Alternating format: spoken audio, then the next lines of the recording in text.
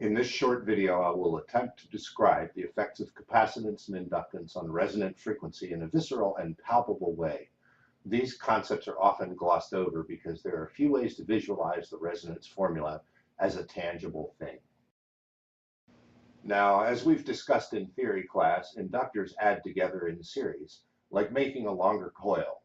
If length is proportional to inductance, and per the formula, inductance is inversely proportional to frequency, then we can transit to the longer the inductor, the lower the frequency. Similarly, capacitors add in parallel, so the wider the capacitor, the larger the capacitance, and again, per the resonance formula, capacitance is inversely proportional to the frequency, so the wider the cap, the lower the frequency.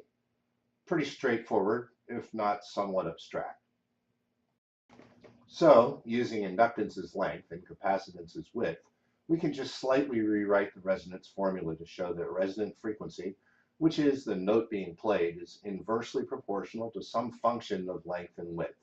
The fact that we've used pi and a square root is irrelevant to what we care about here, which is the relationship between length, width, and frequency. That's why we've simplified the formula.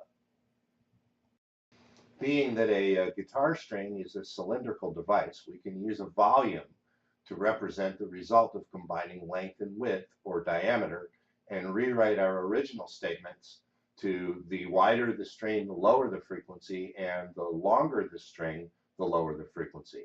All of a sudden, we're no longer talking about capacitance and inductance. What we are talking about is mass. Increasing the length and or diameter of the string increases the mass of that section of string. Larger masses can store larger amounts of energy, and as we discussed in class, it takes longer to convert those larger energies back and forth between kinetic and potential, leading to a lower frequency. We perceive this conversion time as the note that we hear.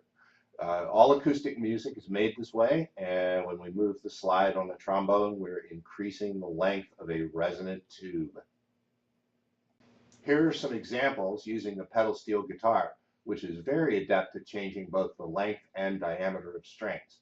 First, in the lower right corner, the effect of moving the bar along the vibrating string, effectively changing the length of the vibrating portion. The shorter the string, the higher the note.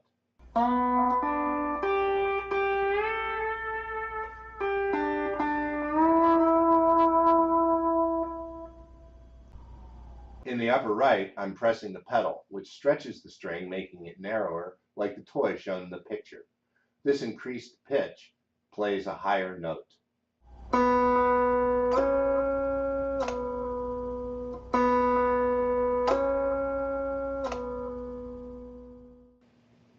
I hope you've enjoyed this video. Hope you learned something. Later.